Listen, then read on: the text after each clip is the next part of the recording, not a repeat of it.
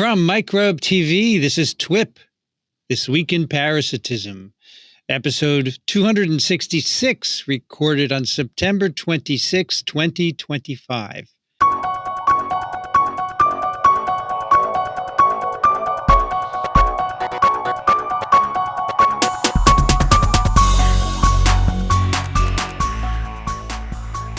I'm Vincent Racaniello, and you're listening to the podcast all about parasites. Joining me today from New York, Daniel Griffin. Hello, everyone. With a wonky black and gold bow tie.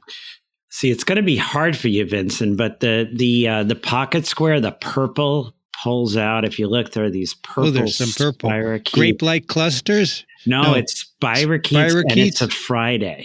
Oh, so it's syphilis. Yeah. Friday. Poor Christina wasn't introduced yet. So but didn't you like grape-like clusters? So that the grape-like, you were thinking of staph, weren't you? Yeah, it was. Yes. It was. Also joining us from Glasgow, Christina Naula. Hello, lovely to see you all. And you knew it was syphilis too, Christina. Well, I know what the organisms look like. I've not experienced it. I know about a disease, but yeah. Nice bacteria, actually, very pretty. If you can say pretty for a pathogen. As long as it doesn't end up in your brain, right? That's true, yeah. Pretty or anywhere pathogen. In your body, really. I like that, pretty pathogen. Yeah. It's a little morose, but it little works. alliteration there. Yeah. Pretty pathogen. Well, I'm giving a career talk in Virginia next month, right? University of Virginia Tech. And okay. My title, speaking of alliterations, my title is Pivoting from Poliovirus to Podcasts. Okay. You like that? Mm-hmm. Yes, the polio to podcast pivot. Pivoting. A lot of P's. Pivoting from polio. Oh, yeah. Well, that's what it's all about. I'm going to talk a little bit about research and a little bit about podcasting. Be careful that you keep the schools straight, Vincent. There's a lot of rivalry between like UVA and Virginia Tech. And I'm going William to Virginia Tech. And, I'm going to Virginia Tech. Yeah, just say it over and over again. And then when you get there, you'll screw it up. Yeah. Tonight, I'm headed down to William and Mary. William and Mary, that's in, where is that? Virginia also, yeah. Yeah, but what's the city, the town? Williamsburg, right. Yes. I've been there. I looked at a college there. I looked at William and Mary when I was applying, yeah. I didn't apply to it, though. Maybe I did, and I got in, but I wanted to go. Yep. It's all, if you think about it, it's pretty easy, like William and Mary, like the king and queen, and the town is named after William. So Williamsburg, William and Mary, it's all. It would be William or Marysburg. You've completely lost me. Was there a King William? So, yeah, there must have been. In the 1600s, King William and Queen Mary. Yeah. Yeah. If you like these programs, we'd like your support. We talk about science, real science, no lies, no disinformation, no inappropriate conclusions made from the scientific literature.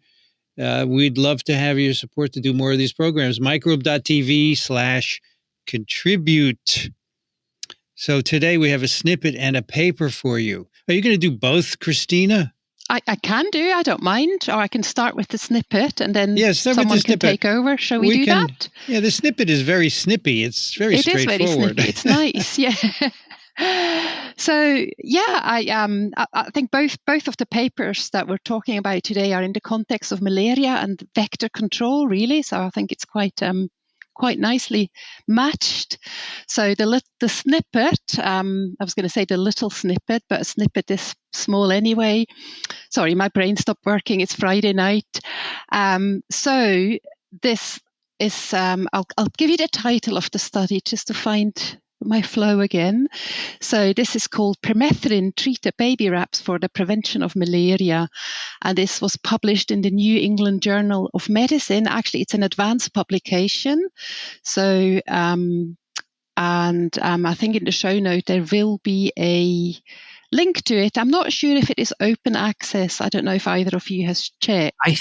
I think it is actually. Yeah, I was able to download it, no problem. Okay, brilliant. So this is open I get access. confused because I'm a subscriber, so I'm like, oh yeah, I didn't have any paywall, but maybe that's okay. I'm also confirm. I also have a subscription through the university, so I sometimes not notice.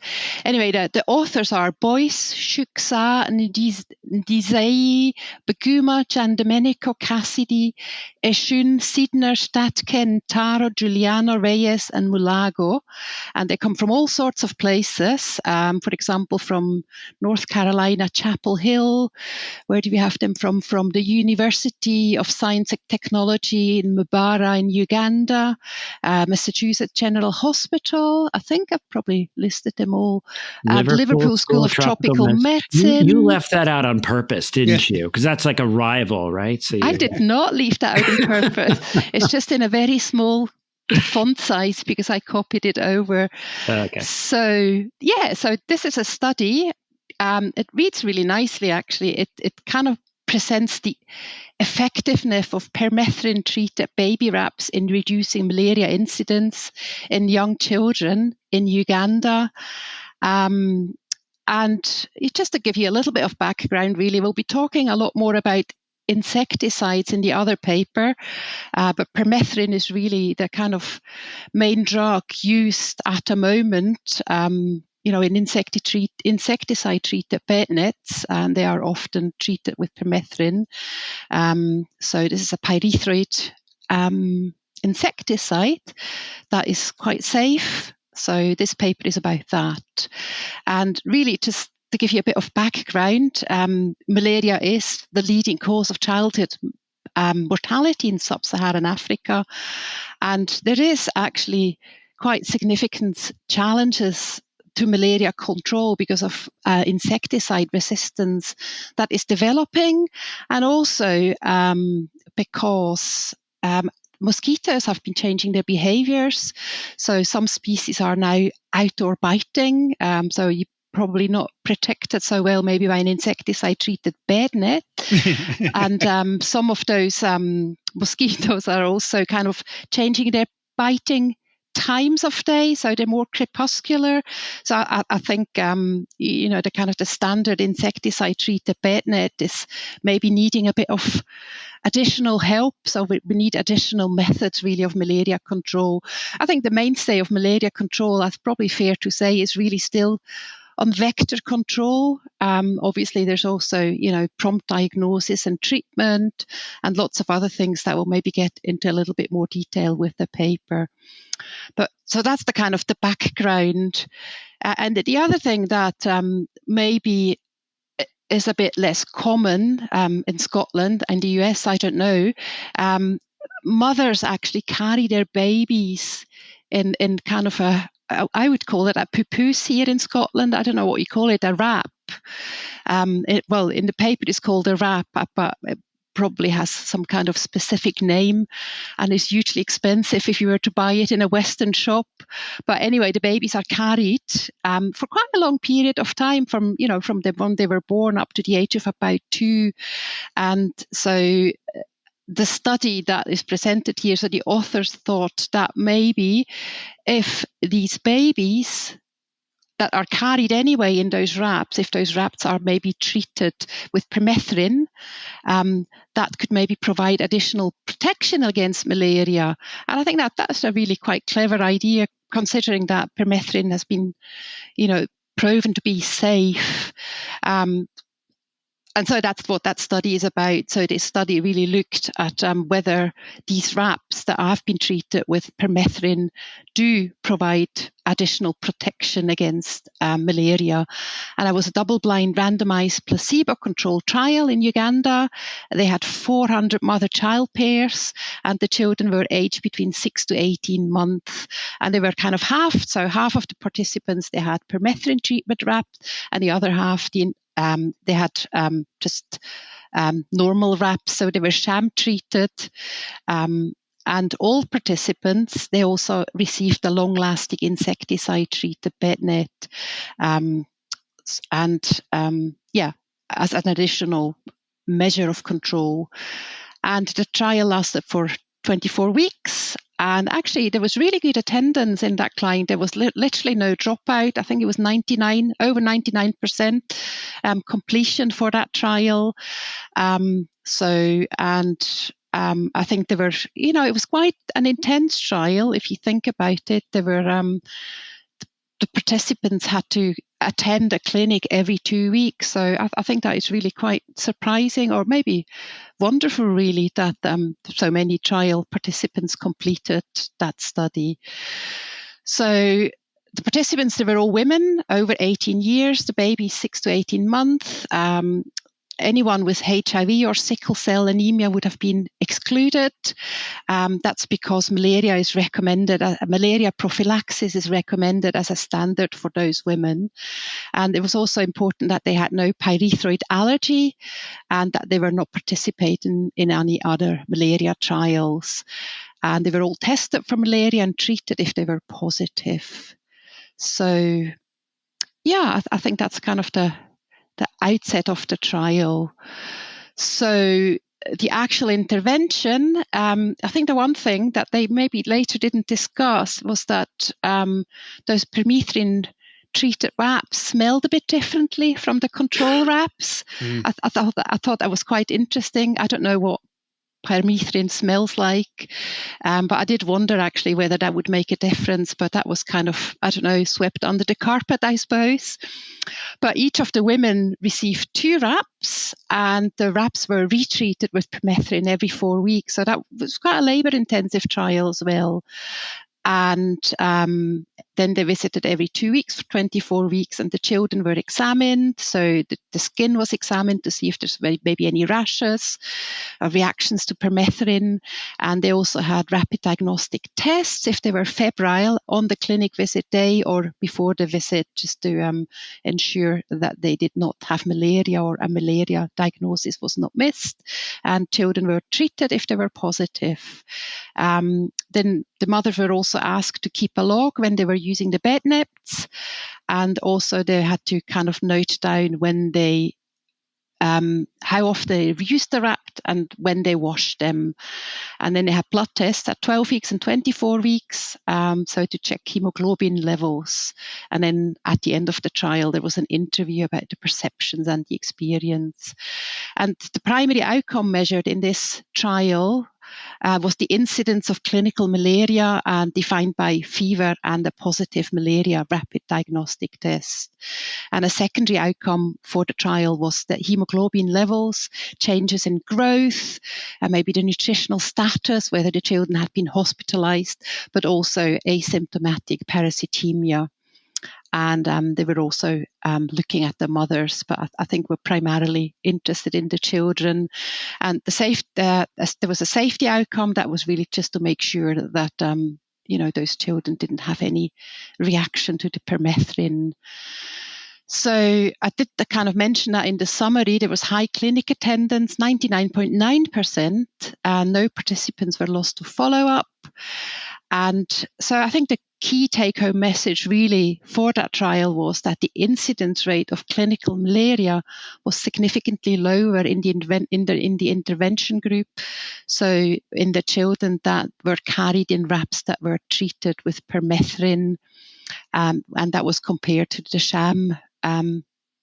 sham-treated wraps.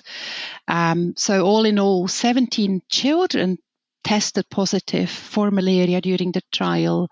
And of those, it was 27% of these were in the intervention group and 73% in the control group. So I think that's impressive. More than double, really, in the control group. And so I think a total of 21 children, so a relatively small number of children, had multiple episodes of clinical malaria. And when we then look at the intervention group and the control group, 9.5% of these children were in the intervention group, and 90% were 90.5% were in the control group. So again, a really significant difference. So there was, those children were significantly better protected from clinical malaria.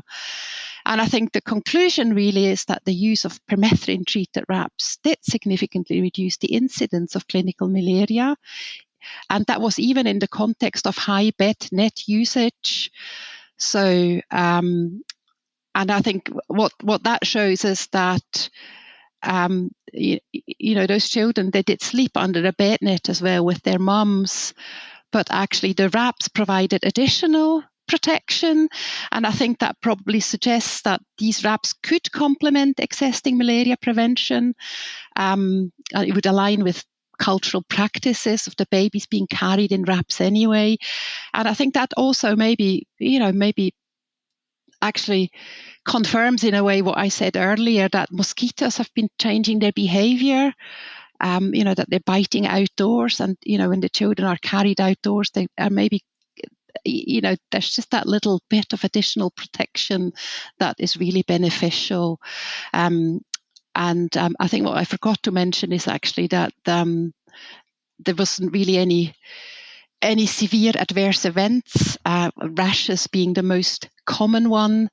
That was actually reported more frequently in the intervention group, and in 8.5% and 6% in the control group. I don't know whether that's statistically significant. I didn't look that up, so I don't know.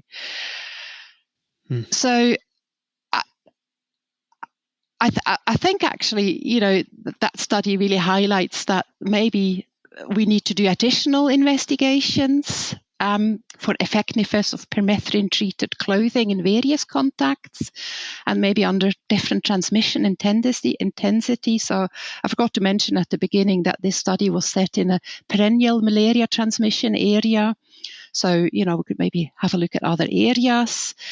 And I think also, what we probably need to do, considering that the children are maybe exposed outdoors and outside standard biting times to mosquito bites that transmit malaria, maybe we should also integrate entomological measures to better understand mechanisms of malaria prevention through the treated wraps.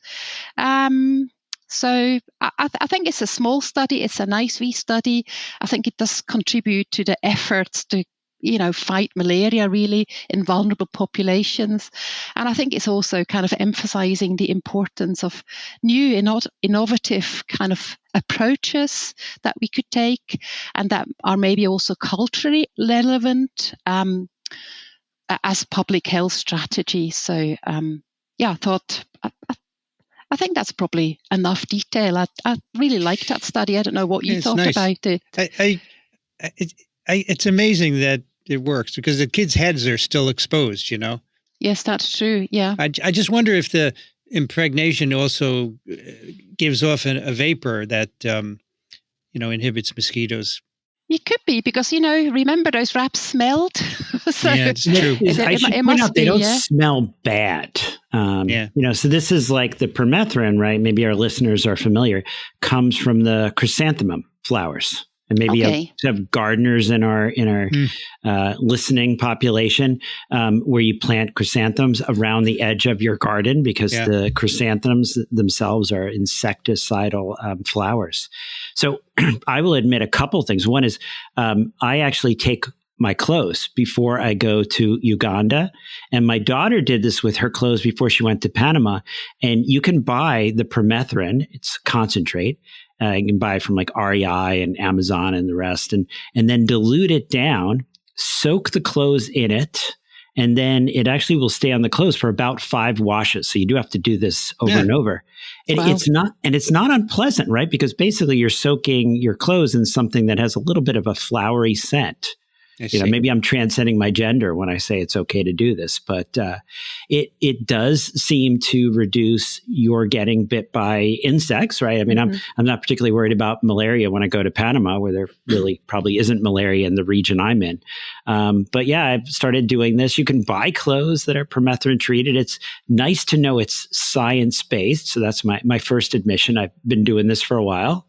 And it's, some people can get an allergic. Maybe 1 in 50 might get a bit of an allergy to or irritation. So you do need to do it. The other is, we carried our kids around in wraps. and it's super easy.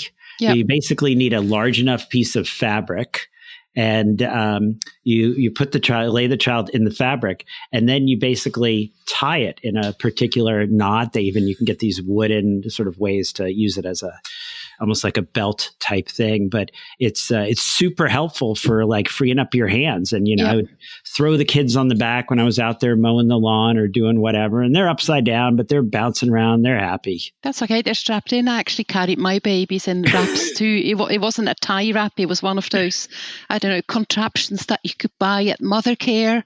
Like the baby Bjorn. Yes. Yeah. We call them a poo-poos here. So that was the brand I had. And it was really, really practical. So, So the numbers are impressive. 34 cases in the intervention group and 94 in the control. That's good. Yeah, it's like 1/3 versus So if you scaled this up to many more people, you would make a significant impact. So I guess so. But the thing that I was thinking about is it was quite labor intensive. So, that those wraps had to be retreated every 4 weeks. And that may be a financial, a financial barrier, maybe. I don't know.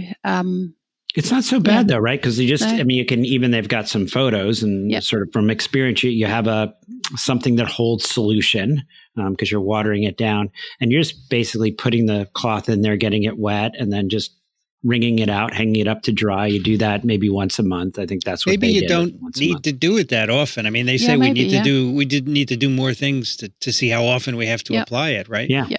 And maybe you could just, because those wraps get washed anyway, because babies produce a lot of filth, shall we say. So you could maybe just combine that, really. You could maybe put it in the wash-in or something, or in the last kind of rinse out. Yeah. They also speculated that like people around you, right? So we sort of select for people that are hanging out, helping mom take care of the babies, because you get close to the proximity. Yeah, and I suppose also if the mosquitoes land and then they move on, they are actually poisoned. Yeah, they're poisoned. They're going to die, so other people will be protected as well. Yeah, so I thought it was very clever. The bystander effect. Yeah. Hey, cool. Okay. Now we have another malaria intervention, don't we? Yes. Yeah. So do you want me to get us started, and then we can maybe share it a little everybody's bit? Everybody's gonna watch this episode because we're mentioning the magic. I know. The magic stuff. So the title of that study is Ivermectin to Control Malaria, a cluster randomized trial, and has also been published in the New England Journal of Medicine this year. I think, Daniel, you talked about that maybe on the podcast. You mentioned it somewhere. Yeah, I did discuss this on the PUScast. The other one I'm going to discuss when we record the PUScast this coming Monday. So you hit Brilliant. 2 articles that were right. Yeah. Brilliant. Yeah. So there's a lot of authors on that paper. I'll give you maybe the first is Shakur, Maya, Kariuki, and then there's probably about another 20. And I think the final author is Rabinovich. I always assume the final author is the corresponding author, but I'd have to scroll down to the very end of the paper to actually check that. They actually have the first author is the corresponding author as well. Thanks for checking. Yeah. Okay, brilliant. So again, they're from quite a few places, from Barcelona, Madrid. I'm not even going to try and pronounce the centers because my Spanish is not very good. Pamplona, Kenya Medical Research Center in Cliffy, and University of Oxford, Center for Tropical Medicine in Oxford, and so again, people coming from from many different institutions. So really, in a single sentence summary, this article kind of discusses a cluster randomized trial in Kenya that evaluates the efficacy and safety of mass administration of ivermectin for malaria control. And maybe I'll give you a quick reminder of the mainstays of malaria control and talk a bit about ivermectin, and then we can talk about the actual paper. Does that sound like a plan? Mm-hmm. Okay. So I suppose the ultimate goal of malaria control is to reduce malaria transmission to a level so that it is no longer a public health problem. I think it would be difficult to eliminate malaria altogether, but we can maybe reduce it to a level where it's not an issue. And there is no single tool to achieve this. I think that's really interesting for malaria. So, I mean, we do have vaccines now for children, but there's many other tools that are much more commonly used in malaria control. And I think it's really important to highlight that it's really many different approaches to achieve that goal of malaria not being a public health problem. So the main controls or the main tools of malaria control are various vector control measures. We have case management and also chemoprophylaxis. I did mention it for the snippet. I think, for example, HIV positive in that other trial. I think it was HIV positive people and people with sickle cell that they were really receiving or were recommended in the national guidelines to receive prophylaxis against malaria. So that's another one thing. And then if we kind of focus on vector control, so we have the insecticide treated nets, there's indoor residual spraying, and wraps. Now we have the wraps as well, of course, and the clothes that Daniel wears in the field. Personal protective measures, so repellents, and the clothing. So I think vector control is really the mainstay, and probably has the biggest impact on malaria control, really. And the primary insecticide on bed nets is permethrin or another pyrethroid, which we've already met. And there is, however, growing resistance to pyrethroid. And there has been some new methods being developed for insecticide-treated bed nets. So sometimes they include a synergist or a second insecticide. So I read about one, piperonyl butoxide, which is a synergist. So that is not in itself an insecticide. So it does not kill mosquitoes directly, but it works with the insecticide to block the metabolic resistance mechanisms that mosquitoes develop against pyrethroids, essentially making pyrethroids effective or keeping them effective. And then there's other drugs of insecticides that could be used, so different classes. An example would be chlorfenapyr, that has a different mode of action. So, using kind of maybe different insecticides and those synergists, maybe the insecticide-treated bed nets can remain more effective for a longer period of time. And then I already mentioned mosquito behavioral adaptation, so we need to think about that as well. Hence the wraps, because of the outdoor and crepuscular biting, and that will have an impact on the effectiveness of bed nets as well. And that's really where that study comes in, the ivermectin. So I think we've heard a lot about ivermectin over the years. So this is a semi-synthetic antiparasitic drugs derived from ivermectins, and they're really broad-spectrum antiparasitic agents. And they're actually isolated from a fermentation product from Streptomyces avermytis. So an originally, a natural product, I suppose. And it has a very wide spectrum against different parasites, so gastrointestinal, parasitic nematodes, lungworms, lice, and mites. But it is not, for example, effective against cestodes, so the tapeworms, and the trematodes, which are the flukes. It's also effective against microfilaria, and it also impairs adult filaria fertility. When the treatment is for prolonged periods of time, but the adults are not actually killed. The mode of action for that drug, it is a glutamate-gated chloride channel modulator, Was it an agonist, antagonist? It's a modulator. And these channels are actually only found in nematodes and insects, so which I suppose makes them quite specific. Or in vertebrates, I saw Daniel just kind of raising his eyebrows. Saying, but not in viruses. Viruses don't have these gated channels. No, they do not. Funny enough. But, yeah. Funny enough, they don't. They are closely related molecules in mammals, however.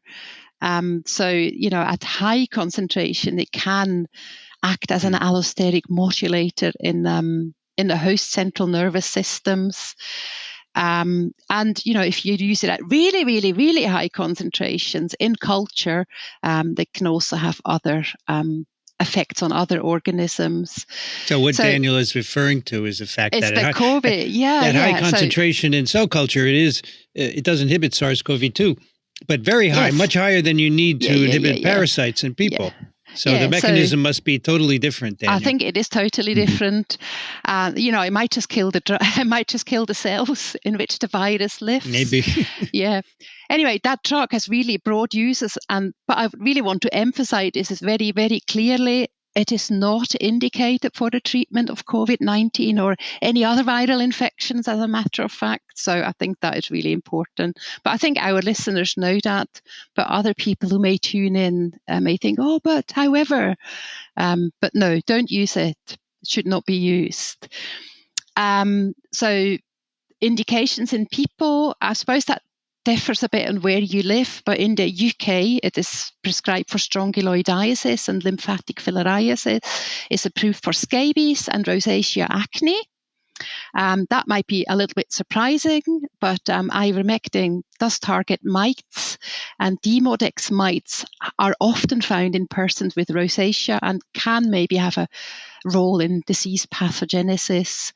And obviously ivermectin is also used widely in veterinary medicine and cattle, sheep and horses to control gastrointestinal and lung roundworts and also ectoparasites. So it is really broadly used.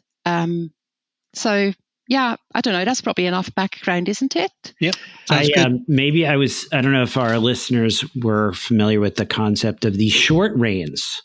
Of the what?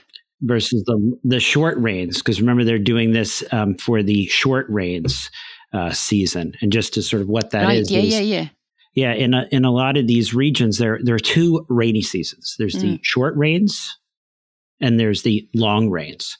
And so what happens during the short rains is you get these, as described, short rains. So you end up with lots of little puddles everywhere. It's not like the heavy monsoon type rains.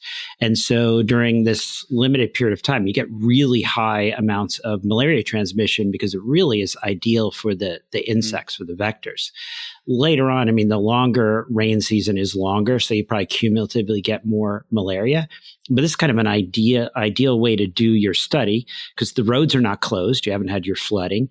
And also you're going to get sort of a narrow, sharp peak, sort of during and right after the short rains season. Yeah, thank you. Actually, I did think about that and I meant to look that up, but I'm glad you did or knew. So thank you. So shall we look at the study? Yes. Yeah. So the primary research question really is, does mass administration of ivermectin given in 3 monthly doses of 400 micrograms per kilogram of body weight at the start of the short rainy season, which typically is from October through to December, result in a relevant reduction in malaria transmission in an eligible population? And does it have an acceptable safety profile? So, and this was orally administered, right? Yes, that was orally administered. Yeah. So the research area was in Kenya, which is a highly endemic malaria area, and there is perennial malaria transmission, but as Daniel just explained, there's a higher malaria transmission during the short rains, and so that's where we are. And I think there was quite high coverage of nets in this area. at the start of the trial, I think about 85% of households had bed nets, but they were not used by quite as many. I think 77% was stated. So that's just something to keep in mind. And there's no other vector control in place in that particular area. So we don't have any indoor residual spraying, for example. And that population, they did receive diethylcarbamazine and albendazole mass drug administration for lymphatic filariasis in June 2022, which was a year and a half before the study starts. So that's the study population and the research area. Okay, and then when we look at the trial, maybe spend a few minutes talking about the trial design and the methodology. As I said already, it was to assess safety and efficacy of ivermectin as a new vector control strategy. It was an open label, assessor-blind, cluster randomized control trial. For the epidemiologist listeners out there, and really, I guess we're about to go through the study design, which they have a nice figure that sort of walks you. And it's interesting, I guess, the design when we talk about cluster, like what do they mean by this cluster randomized? Where they're, instead of just randomly picking people who come in, they're clusters of households. Yep. So you're in the ivermectin cluster. This other cluster of households, you're in the albendazole. Yeah. And I think per cluster, there were at least 35 children, and the children were aged 5 to 15. And I think, is that, Daniel, maybe I actually meant to look that up as well. I think, is ivermectin not indicated for younger children? There's a certain age cutoff. Yeah. Okay. Yeah. So that is probably why the children were aged between the ages of 5 to 15. Yeah. And so there were 2 trial arms, essentially. One was for safety, and that was a much bigger trial arm, and the other one was for efficacy, which was much, much smaller.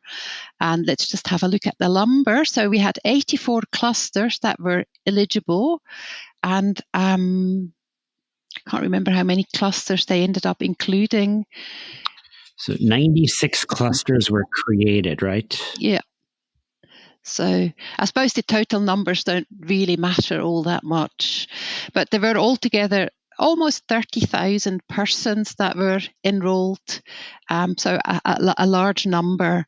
And the median age of the children of the cohort was 9.77 years with a balanced gender distribution.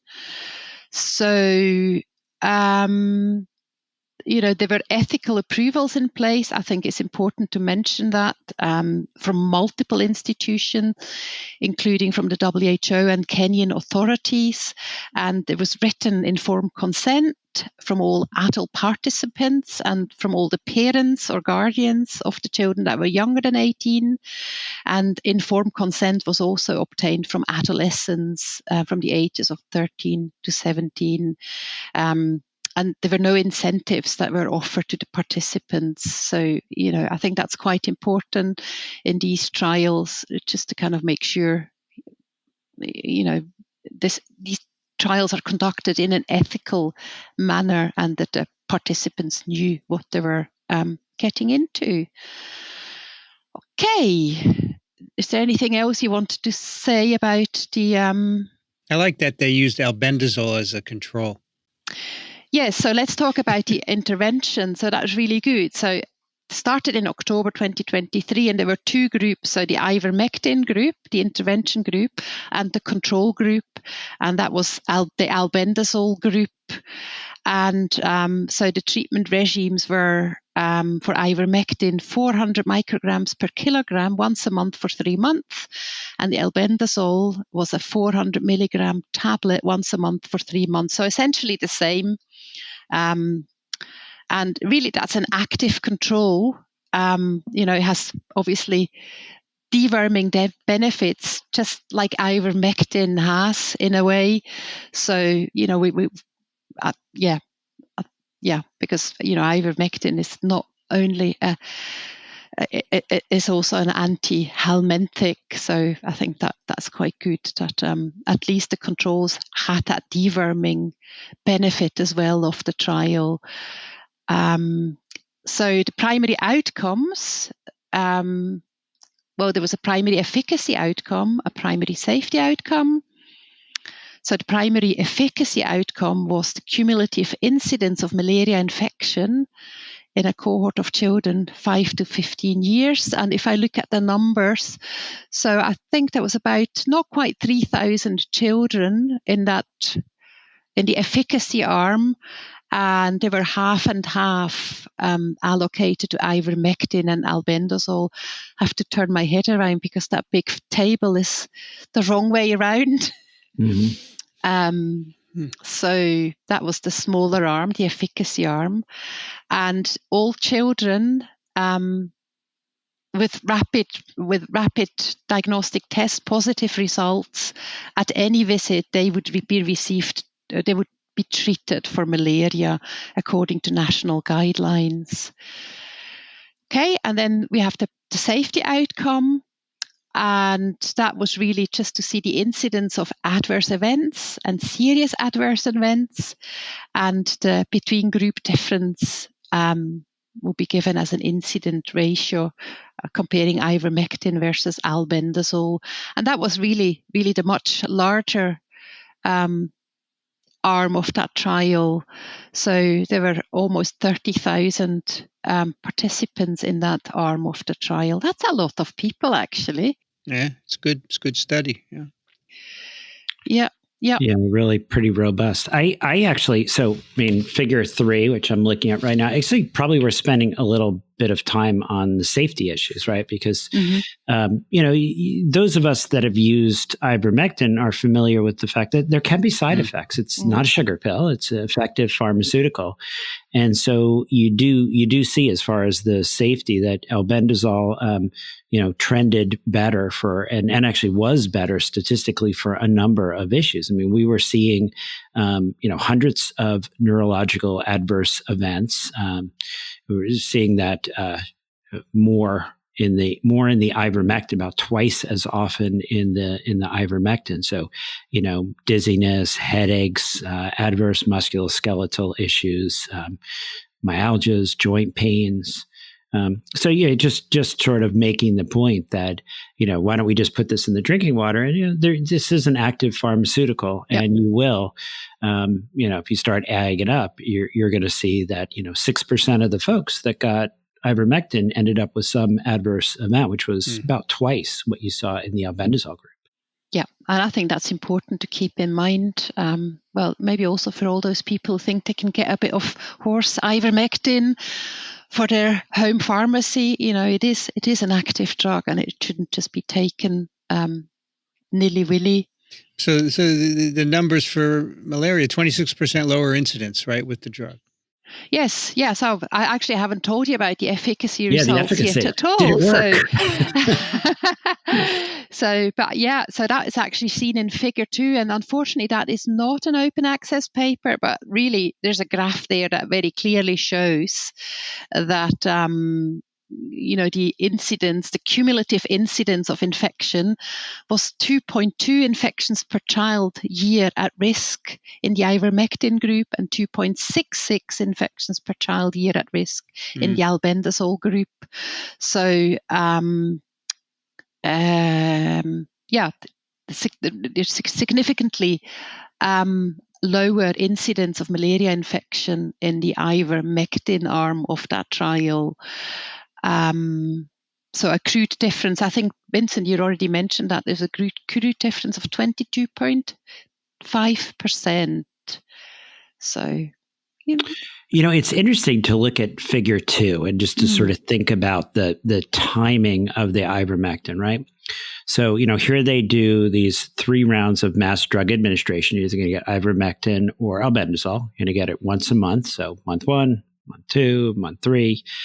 And then you kind of end up into the short rainy season and you start seeing the incidence. So really, one thing that kind of caught me is it seemed interesting to me that they're going to follow the kids out 6 months, that they didn't just keep giving, monthly therapy. Like what would have that? What was sort of the idea? Kind of just do 3 rounds and then call it a day and follow it for 6 months. And I'm thinking like the farther you get out, the drug levels are going to be dropping, right? I mean, they do a lot of our mass drug administration is done, and then you don't do it again for 6 months, or maybe you do it like quarterly. We used to do it quarterly when, maybe the drugs were cheaper and we had more money in a slightly different world, not too long ago. But I did think that was interesting, right? That they gave the drugs and then they stopped and then followed basically people off drug post-drug treatment. So what does this tell us really about ivermectin metabolism in the body? I think that would be quite interesting to maybe look into, although of course I did not, but something to think about.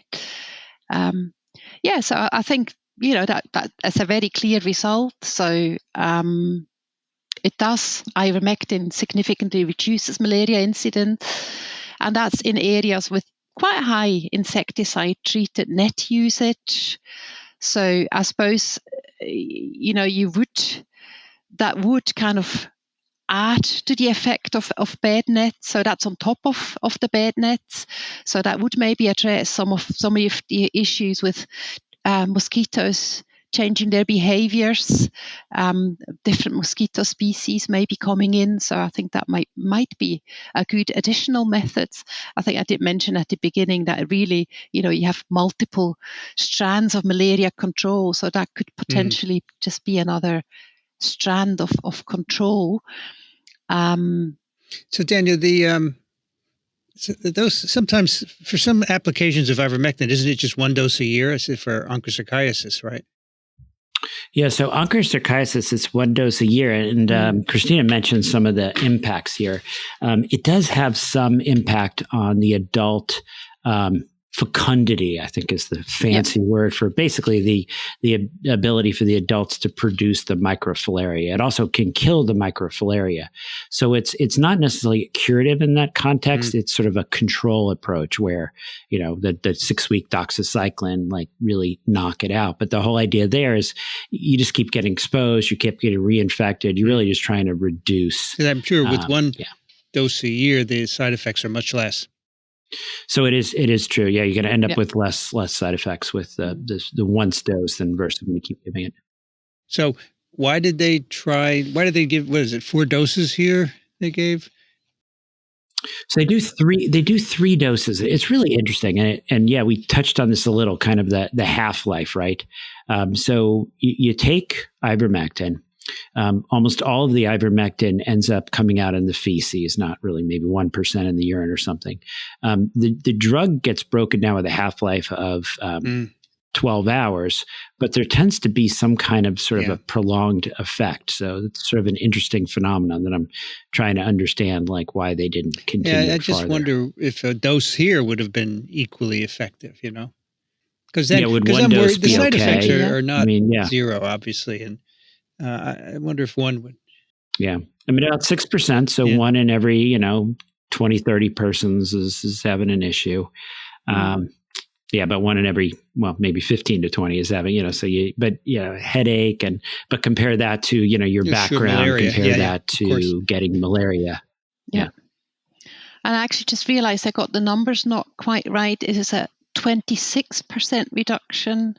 In the right. not 22%. So just to make that a bit, it's actually better. Yeah, but it's nice when you start adding all these interventions, as you mentioned, Christina. Like so, maybe you're wrapping the kids in those, permethrin treated. Maybe you're sleeping under the bed nets. Maybe you're, using ivermectin periodically, and some of the stuff that I didn't see, but I'm kind of curious, like what are the impacts on other things, right? So if it's having this because this isn't the only mosquito transmitted thing, and so basically turning all the people into insecticide, mosquito killers. So what's going to happen with like dengue and Zika and all the other things? That's a very interesting question. Yeah. Yeah. And another thing that I noticed in the paper, actually, and I thought maybe we can have a chat about, is there's also a gradient effect that was observed here. So there was a higher protection in children that were living farther from cluster borders and in clusters with faster drug distribution.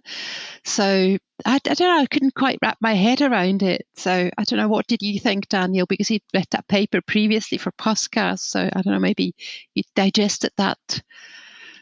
Yeah, no, I mean, I think as we were sort of alluding to, there may be like a bystander impact of what's going on here. Yeah. Yeah. And I do wonder, I mean, not to overplay it. I mean, ivermectin has some toxicities, but it is relatively safe. I mean, we're not killing people. We're not, particularly if it's, the right dose, and the doses do need to be adjusted for weight.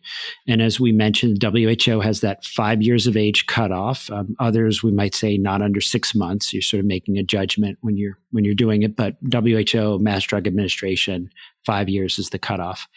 But yeah, if you start adding this to some of our regimens, if we're having this impact upon the vectors, you could have not only helping the people who are actually getting it, but God forbid, helping your neighbor, protecting your community. If people are, what was that? The quotation that the pediatrician I was talking to said, they talk to their parents. They're like, I only care about my children. I don't care about my neighbor's children. And I said, that's exactly how your neighbor feels. They don't care about your children either. But, are there interventions like this where there's a community benefit? Yeah. Yeah, I'm sorry, I'm a bit distracted. My cat has just brought in the mouse and it's just jumping around my feet. Exciting. I must love you. So I'm going to lift my feet up for the rest of the conversation because I don't want to be, I don't know. Anyway, so if I look around, it's not because I'm not interested. Fine. It's because I worry where the mouse is going. It's going to bite you. No, I don't think it's going to bite you. It's not. If it were. No, I don't think he's so. Already got if it were a rat, that would be something else. It's just a bit yucky. It's just a bit yucky. So, and if the rat were still alive. Oh gosh, the cat is only a kitten, so I'm not sure if it would go for rats yet. But anyway. So if we look a bit at the broader context, really, this is not actually the first trial with ivermectin that was done. Mm-hmm. So they do point that out in their discussion. So there were 4 other trials. I think one was just too small to really make any conclusions. One used both antimalarial and ivermectin. So, the ivermectin effect couldn't really be measured as clearly. And then And then two other trials also used antimalarials as a control, so they couldn't see an effect. So this is really the first trial that is kind of robust enough to see an effect. And I suppose when we look at the future, there's lots of things that we can do. So they point out, for example, that studies should be conducted to actually look at the safety of ivermectin in children that are less than 15 kilograms of weight. I suppose that's where the 5 years come in. That's maybe I didn't mention there is also a weight based, and that's the weight is like let's say you're 5 years old, but you're not above the 15 kilograms. So that's another cutoff is you need to be as per WHO 15 kilograms or more and 5. And then I also say, we should maybe also look at pregnant women, because I don't think ivermectin is indicated in pregnancy, or I'm not sure, actually, Daniel. I'd have to refer to you as a prescriber. Yeah, let me just check. Okay. Because you don't want to spread the bad information. They did have pregnant women in this trial, though, right? Yeah, it's supposed to be safe in pregnancy, but let me just, I'll verify while you kind of. Okay. Yeah, I suppose that's just something that they mentioned, should focus on the safety of ivermectin in children under 15 kilos and pregnant women. So maybe just have a closer look.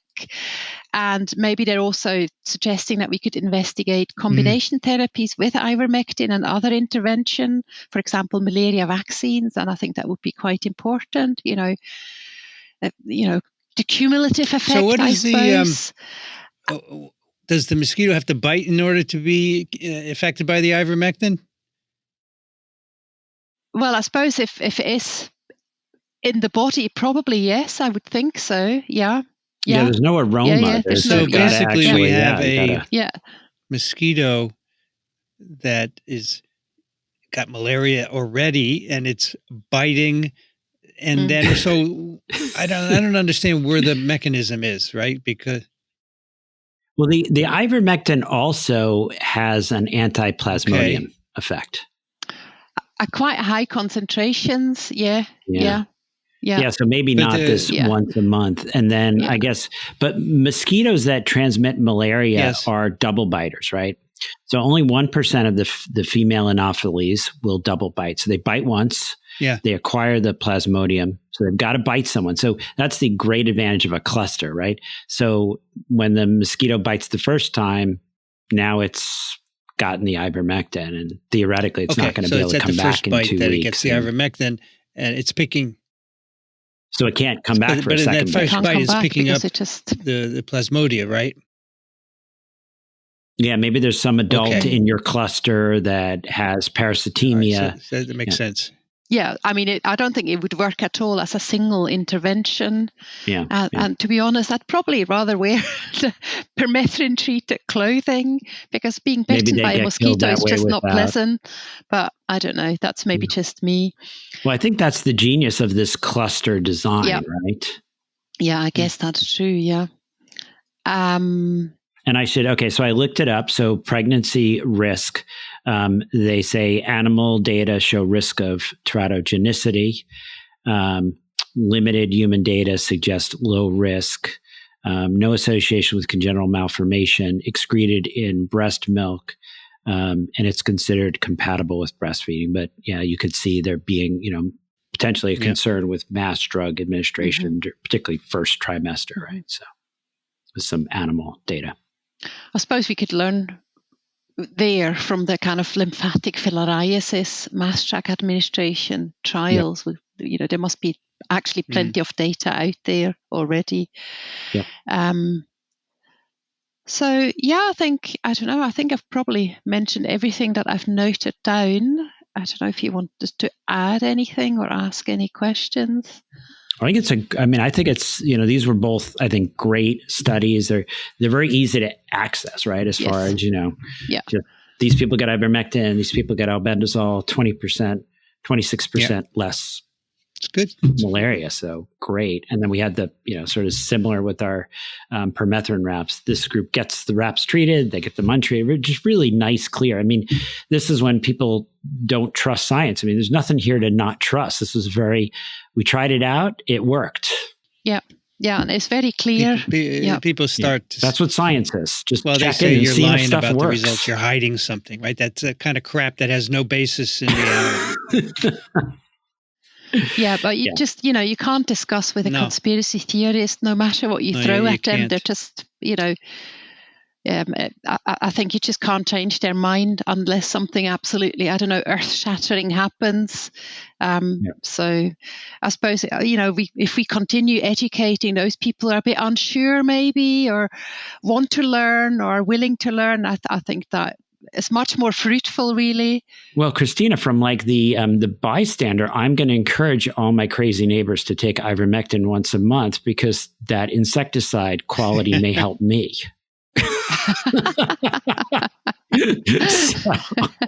So if they're start talking about COVID and ivermectin, I'm going to say once a month. I want you to start in the spring when the mosquitoes come out. Come on over, hang out in my yard, because I want to have that nice bystander effect on my mosquitoes. So. There's a bright side to everything. Yeah. I suppose it is a difficult time. So, I'm going to go pop a paracetamol for my headache without worry. Yes, you should. Just had to throw that in there. Yes. Even if you were pregnant, you wouldn't worry, right? No, I did actually I had my oldest son was here for dinner, and I said, if you kind of feel like maybe if there's going to be any future issues with your well-being, you can just blame me, because I did take paracetamol when I was pregnant. Yes. So, just remember, it's always, we're back to blaming the mother. Yeah. And, also mothers can just suffer through the pain and fever. It doesn't really matter. It's really enraging. All my flaws are due to my mom, and all my great qualities come from my dad. Yes, that's the way it works. Yeah, well, the same works for me. Yeah. All right. Thank you, Christina. Yeah. You're welcome. It was a really actually enjoyable 2 papers. Sometimes the papers are so dense that you feel like, oh no, this is absolutely terrifying. But these were well written and they were very clear and it was really nice actually. So really, congratulations to writing a clear paper that one could read without spending 3 days staring down at the figures, thinking, gosh, what could that mean? So I really appreciate that too. That's TWiP 266. You can find the show notes at microbe.tv/TWiP. You can send any questions or comments to twip@microbe.tv. The clinical case, if you got a guess for that, which is already posted, twip@microbe.tv. And if you enjoy these programs, we'd love your support. Microbe.tv/contribute. Daniel Griffin is at Columbia University Irving Medical Center, parasiteswithoutborders.com. Thank you, Daniel. Oh, thank you. And everyone, be safe. Christina Nowell is at Glasgow University on Blue Sky, christina-nowell.bsky.social. Thanks, Christina. Thank you. I really had a good time discussing those papers and just spending some time with some amazing scientists and doctors. So have a good weekend. I'm Vincent Racaniello. You can find me at microbe.tv. I'd like to thank the American Society for Microbiology for their support of TWiP and Ronald Jenkins for the music. You've been listening to This Week in Parasitism. Thanks for joining us. We'll be back soon. Another TWiP is parasitic.